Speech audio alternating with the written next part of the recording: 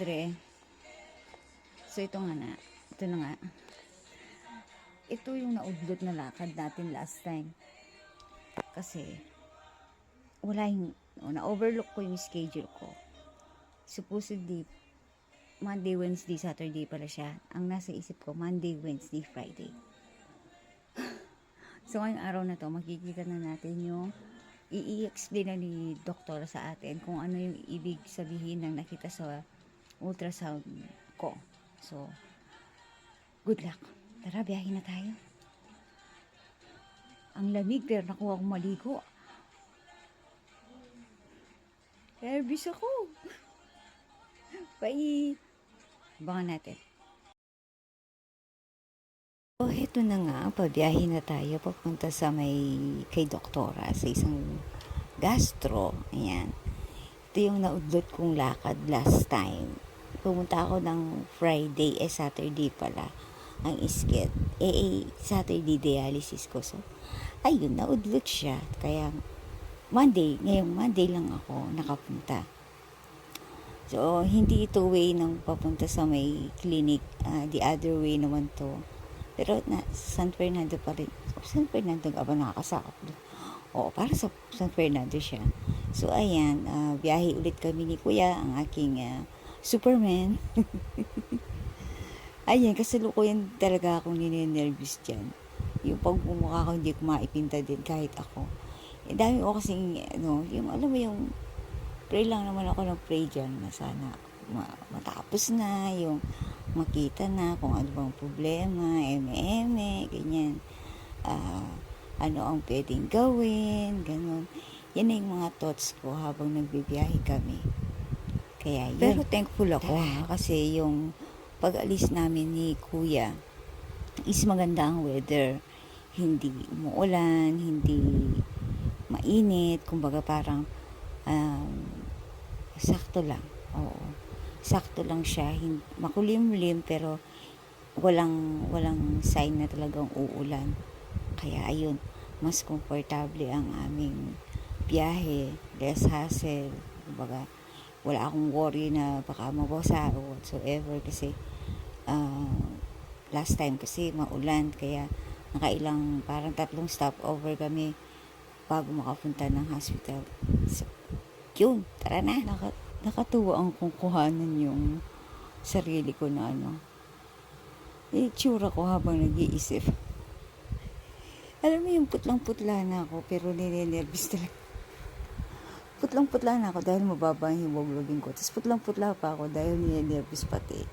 Ewan ko ba, katagal ko na sa dialysis. Kaya nga sabi ko sa mga nagda-dialysis, huwag kayong mag-worry if kinakabahan kayo. Kasi ako nga hindi talaga maaalis na talagang hindi kakabahan, no? Siyempre, kasama talaga yan. Hindi naman tayo mga, yung Android, hindi naman sa wala tayong pananampalataya, no? Siyempre, nakakaramdam din tayo ng kaba, no? Siyempre, alam mo yung gastos, yung outcome, yung everything, di ba? Grabe naman sa putla yung si Balili, oh.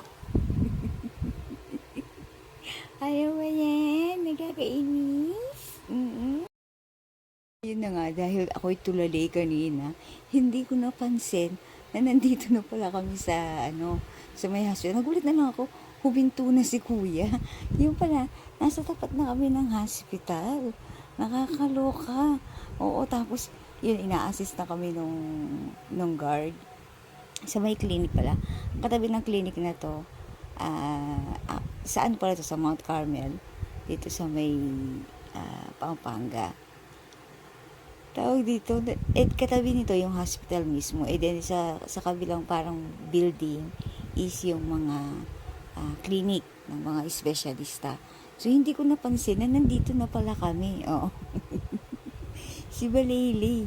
Dinamnam kasi ang tulalay moment. So, ayan si Kuya. Oh, inilipat na tayo sa wheelchair kasi nga nakasumpong pumandi yung aking paa. So, ayan. Pasok na kami ni Kuya sa may clinic ni doktora. Yun, diba? Ano pa yung daan namin dyan, medyo pataas na yan.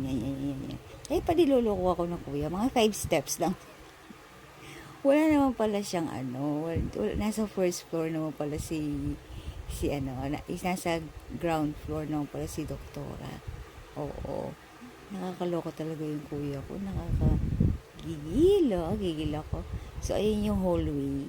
Ayan, din ako pinwesto ni kuya kasi ayan ang tapat ng clinic ni doktora. So, nag-wait lang kami dyan. Parang magte-tent pa lang nung nandyan na kami. So, ayan, chika-chika lang kami dyan ni kuya hanggang sa makarating siya. So, ayun na nga, after ng mga ilang minutes, pauwi na kami ni kuya. Kailangan ko pa ng iba pang test para ma-determine kung ano yung, baka daw kasi, hopefully, baka post-infection na yung nandun sa may liver. Basta siyempre, ano na yung komplikadong, di ko naman ma-relay, baka magkamali ako ng sabi. Basta ang pagkakaintindi ko, kailangan ma-confirm ni doktora yon whether magbibigay siya ng medication or hindi na. Yun yung at saka mga iba pang factors. Kailangan meron siyang mag-undergo muna ako ng certain blood test which is atay ko. So, kailangan kong gawin muna yon tapos mag-report back ulit sa kanya para mabigyan niya ako ng tamang treatment if need i-treat or kung ano ang management na dapat gawin regarding sa situation ng aking atay. So, ang aabangan yung ito ay isa pa lang atay serye. Isa pala itong atay serye. So, abangan na lang natin sa susunod and hopefully makapag-raise ako ng fund for my another test kasi medyo pricey siya and sabi nga, God will provide, di ba? Thank you, mga Andres, sa pagsama sa akin. See you ulit.